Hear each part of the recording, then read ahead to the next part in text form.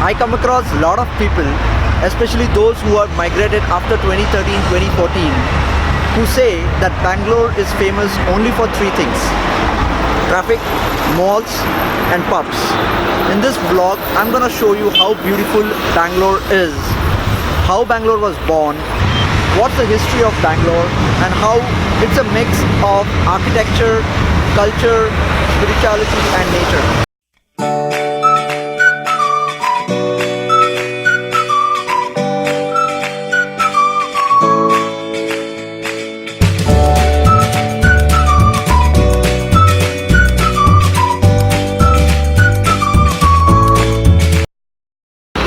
Thank you for tuning back to my channel. I hope you guys are doing great.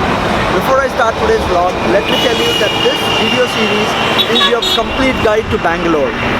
I'll take you through some of the historical places and show how they connect to the history of Bangalore.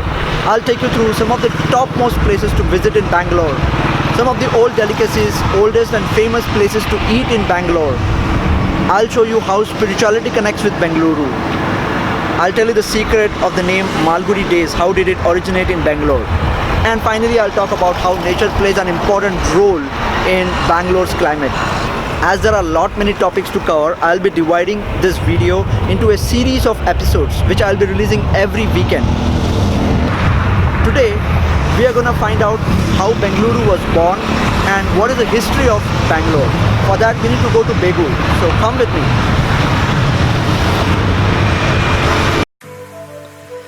Bengaluru was ruled by Western Ganga dynasty from 4th century to 10th century AD. We are at the Parvathi Nageshwara temple near Begur, where it all started in 890 AD. So it's here where everything started in 890 AD. You'll find here there are stone inscriptions which were first discovered by the famous historian R Narasimhachar, an epigraphist. So these stone carvings which are written in Halle Kannada script, which talk about a Bengaluru war in 890 AD. So this inscription from around 890 contains the first known mention of the name Bengaluru.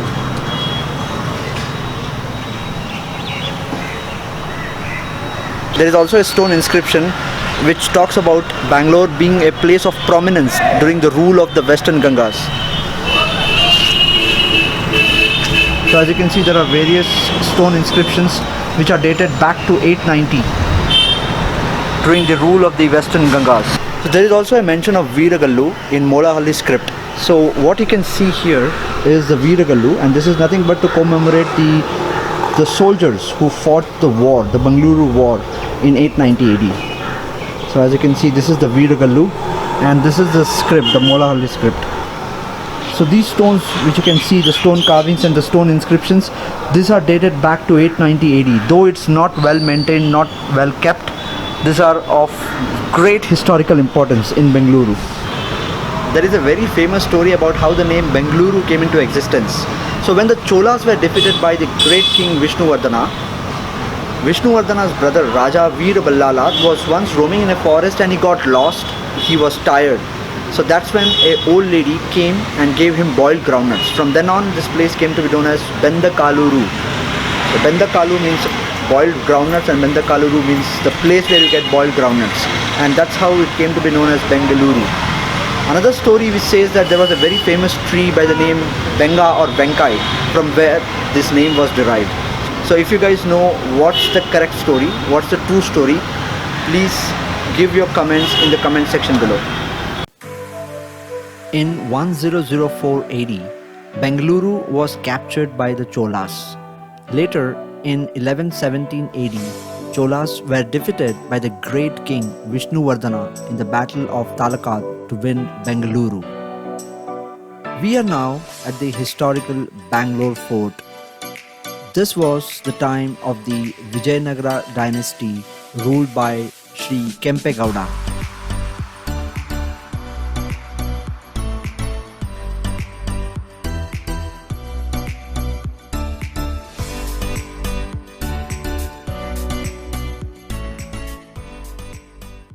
Sri Kempegowda, who was the ruler of the Vijayanagara dynasty, he defeated Gangas and built this mud fort which is known as the Bangalore fort in the year 1537.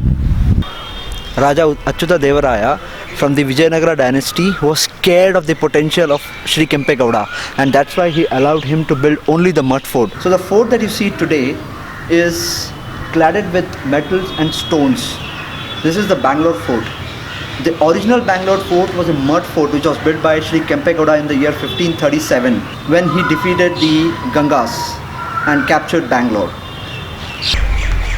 So this is the fort and dungeon. This was the dungeon where they used to keep the prisoners. As you can see, it is stuffed with metal boxes. Kempegowda is rightly called as the founder of Bengaluru. He always used to call Bengaluru as Gadu Bhumi, or the land of heroes.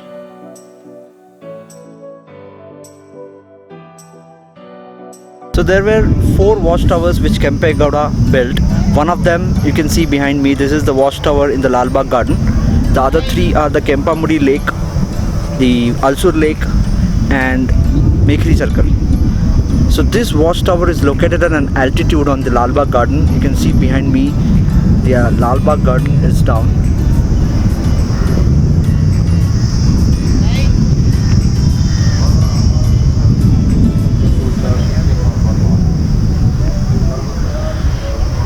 So as this watchtower was located at an altitude, it helped the soldiers of the Vijayanagara dynasty to keep an eye and protect Bengaluru from the enemies. Sri Kempegowda then went ahead and built 2 lakes. The first one was the Kempapura lake, which is now converted into a bus stand, and the second one was Karanjikare, which is now the Kantivira stadium.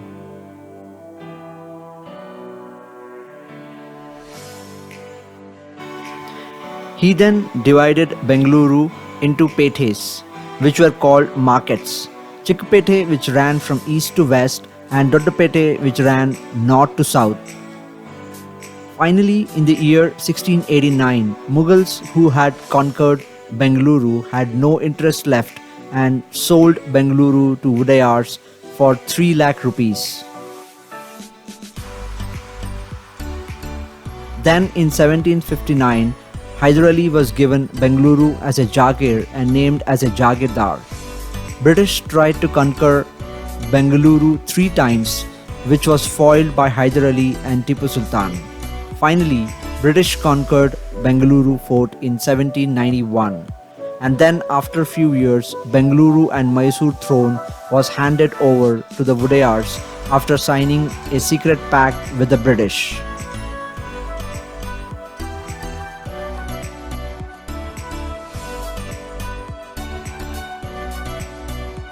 This is the place, the city. This is the first city center which was built by Kempegowda in the year 1537. So this is where people started moving in and building their houses. The first presence of the people settling down in Bengaluru was in Basavannagudi. So this is the bull temple that you can see behind me.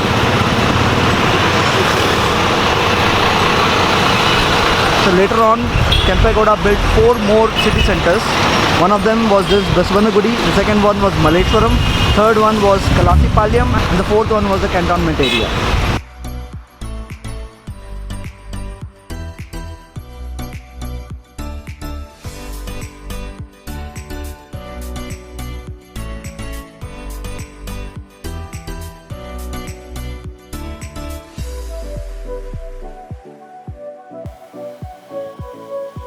There were 2 major crises which hit Bengaluru.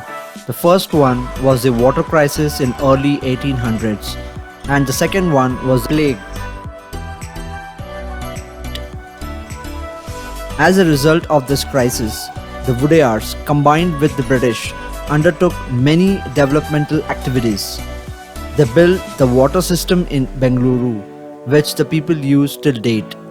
They gave importance to sanitation, health, and built the Victoria Hospital. Because of the efforts of the Mysore Vodayar and Sir Vishweshwara Raya, Bangalore became the first city in Asia to get electricity by implementing the Shivana Samudra project under the leadership of K. Sheshadri Iyer.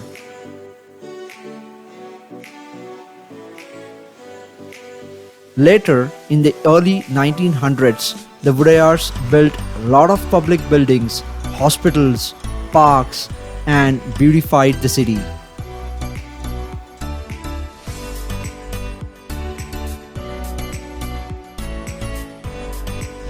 So I wanted to give you a brief summary of the history of Bengaluru. From 4th century to 10th century AD, Bengaluru was ruled by the Western Gangas. In 1117 AD, Cholas captured Bengaluru by defeating Western Gangas. The brave king Vishnuvardhana, he defeated the Cholas and captured Bengaluru again. After that, Sri Kempegowda, he defeated the Western Gangas and he conquered Bengaluru and built a mud fort in 1537 AD. Later in 1689, when Mughals had Bengaluru, they sold this Bengaluru as it was of no use to them to the Vodayars. After Vodayars, Hyder Ali and Tipu Sultan had Bengaluru for a short period of time. In that time, British tried to capture the Bengaluru fort 3 times, but they could not. But 4th time, they were able to capture the Bengaluru fort. And after that, the British signed a secret pact with Vodayars, and that's how Vodayars ruled Bengaluru and Mysore along with the support of the British. I'm sure everyone must have watched Malgudi Days in their childhood, right? It was one of my favorite series too. So do you know how the name Malgudi came into picture? The famous series of R Narasimhachar, Malgudi. So Malgudi means Malgudi is Malleshwaram plus Basvanagudi. That's how Malgudi came into picture. So due to the beautiful climate of Bengaluru, a lot of royal people started migrating to Bengaluru. There were a lot of missionaries, Europeans, Anglo-Indians who also settled in Bengaluru. Due to this, Bengaluru came to be known as a pensioner's paradise, and that's how everyone started moving towards Bengaluru. I hope you liked this first episode which discovered how Bengaluru was born and what's the history of Bengaluru. If I have shown anything wrong or incorrect in this video, please do comment below in the comment section, and I do apologize in advance if I have done any mistake. That's it for this week, guys. So next week we'll be taking you through the topmost places in Bengaluru. If you like my video, please hit the like button. If you have not subscribed yet, please subscribe to my YouTube channel. Thank you guys for your time. Be happy and keep smiling.